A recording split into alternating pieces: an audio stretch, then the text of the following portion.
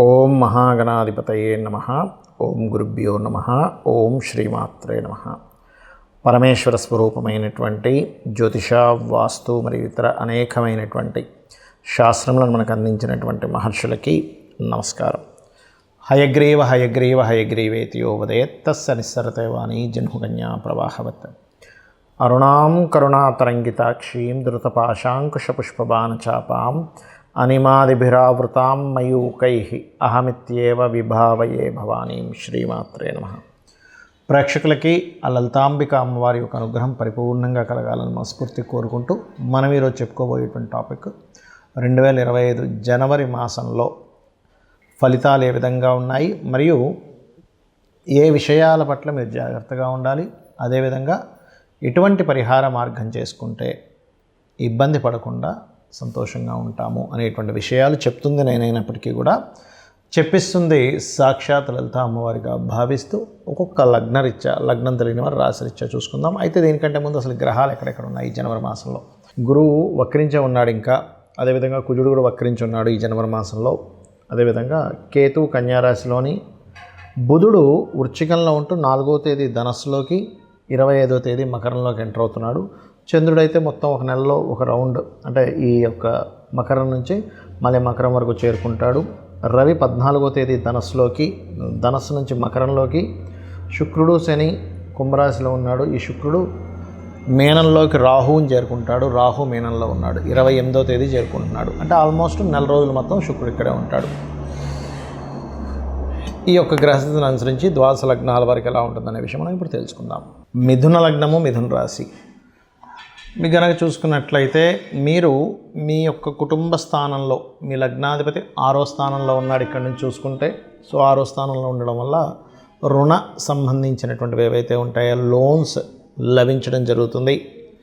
మరియు ఎప్పటి నుంచో మీ కుటుంబ సభ్యుల్ని కలవాలి, లేనట్లయితే కొంతమంది శత్రువులని కలవడం కానీ, లేకపోతే శత్రుత్వాలు కొంచెం మళ్ళీ ఇంకా అంటే గతంలో ఉన్నటువంటి కొంతమంది శత్రువులు కావచ్చు, శత్రు సంబంధించిన కొంత కాంపిటేటర్ రిలేటెడ్, లేకపోతే స్పోర్ట్స్లో ఉండేటువంటి వారిని కొంత కలవడం అనేటువంటి చాలా స్పష్టంగా గోచరిస్తుంది. అలాగే ఫైనాన్షియల్గా అభివృద్ధి అనేటువంటిది జరుగుతుంది, అందులో ఎటువంటి సందేహం లేదు. మరియు మరొక విషయం ఏంటంటే, ఇక్కడ ఈ 3వ స్థానాధిపతి ఎప్పుడైతే 7వ స్థానంలో ఉన్నాడో, 3వ అధిపతి 7 అనేటువంటిది పర్టికులర్గా ఈ కాంబినేషన్ ఎటువంటి ఫలితాలను ఇస్తుంది ఏమిటి అని చెప్పి చూసుకున్నట్లయితే, వివాహ సంబంధించిన విషయంలో కాస్త ఎక్కువ ప్రయత్నం చేయవలసినటువంటి స్థితి ఉంటుంది.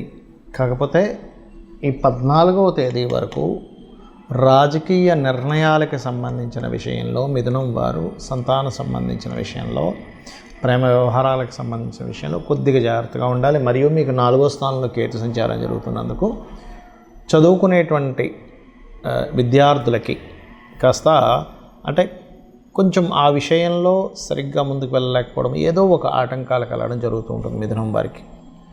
అదేవిధంగా ఏదైనా ఒక ప్రాపర్టీ తీసుకునేటప్పుడు కూడా కాస్త చూసి తీసుకోండి.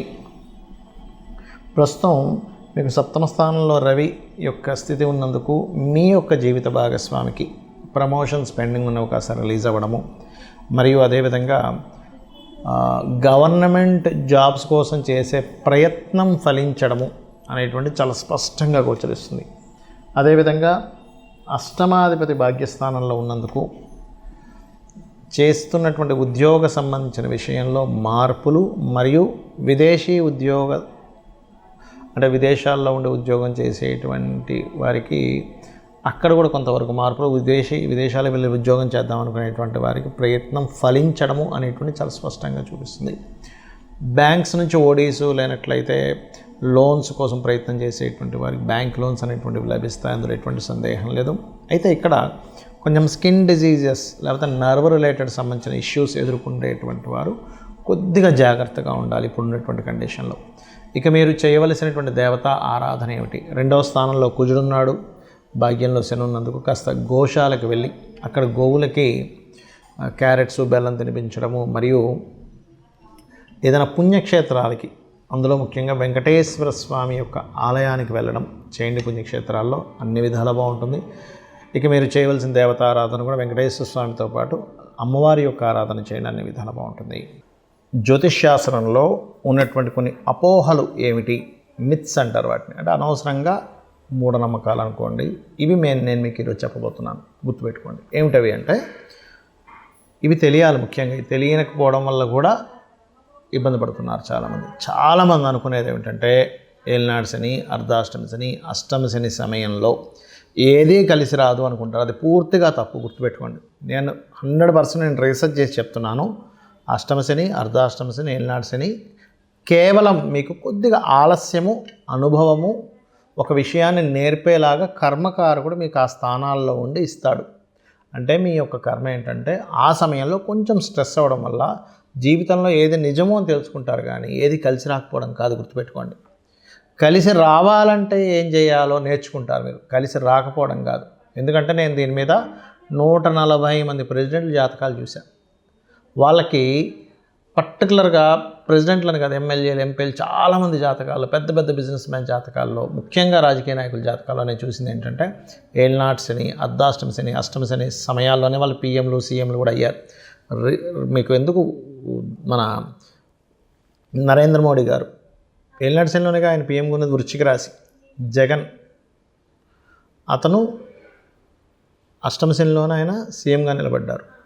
మన ఎంతోమంది చంద్రబాబు నాయుడు గారు కావచ్చు, స్వర్గీయ ఎన్టీ రామారావు గారు కావచ్చు. నేను చెప్పేది ఒకటే, అంటే రాజ్యాన్నే ఇస్తున్నటువంటి శని మీకెందుకు ఏమీ కలిసి రాకుండా చేస్తాడంటే ఒక్కసారి ఆలోచించండి. ఎందుకంటే నేను ఈ విషయాన్ని ఎందుకు స్పష్టంగా చెప్తున్నానంటే అనవసరంగా ఇది ఏమీ కలిసి రాదేమో అని ఏమీ చేయకుండా ఉండిపోతున్నారు. అది కాదు. శని అంటే కర్మకారకుడు, విజయానికి కారకుడు. కష్టం ఇస్తాడు, ఇవ్వడం నేను అనట్లే. స్లో మూమెంట్, స్లో ఉంటుంది. కానీ అదే శని భగవానుని కనుక మీరు చక్కగా దీపారాధన చేసి రెగ్యులర్గా ఒక ఆంజనేయ స్వామి ఆలయమో, నరసింహస్వామి ఆలయమో, స్కందుడు ఆలయానికి వెళ్ళారనుకోండి, 100% పాజిటివ్ ఫలితాలు ఇస్తాడు. ఇక రెండవది ఏంటంటే కాలసర్పదోషం గురించి చాలామంది భయపడుతున్నారు. కాలసర్పదోషం కాలానికి సంబంధించినటువంటిది. అంటే దేశ కాల సంబంధించిన పరిస్థితులు ఎలా ఉంటాయి చెప్పేటువంటి అంశం. జన్మజాతకానికి అప్లై చేయకూడదు కాలసర్పదోషానికి, కేవలం సర్పదోషాలను మాత్రం అప్లై చేయాలి. మరి కాలసర్పదోషానికి ఒక ప్రెడిక్షన్ ఉంటుంది కదా అంటే ఉంటుంది, దానికి ఒక ప్రెడిక్షన్ ఉంటుంది. అంతేగాని ఎందుకు కలిసి రాదని కాదు. మెగాస్టార్ చిరంజీవి గారికి ఉంది కాలసర్పదోషం.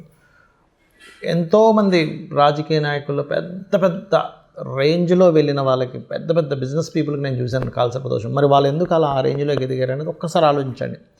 ఆస్ట్రాలజీ 100% ఉంది, కానీ దాన్ని రీసెర్చ్ చేసి దాన్ని అర్థం చేసుకొని దాన్ని ఎలాగ మనకు ఎందుకు అందించారనే విషయాన్ని పూర్తిగా అర్థం చేసుకోవాలి.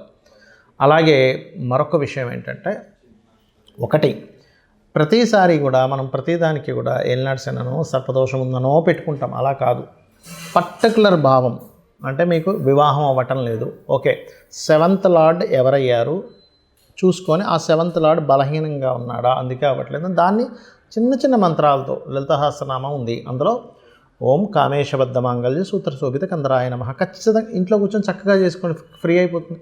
దానికి అంతేగాని అమ్మో దీనికి ఏదో లక్షలు కట్టించి పూజ చేసుకోవాలి అప్పుడే నాకు ఆ దోషం పోతుంది అనేటువంటిది కాదు. కలియుగంకున్న గొప్పతనం ఏంటంటే నామస్మరణ చేత పోతుంది, క్లియర్ అయిపోతుంది.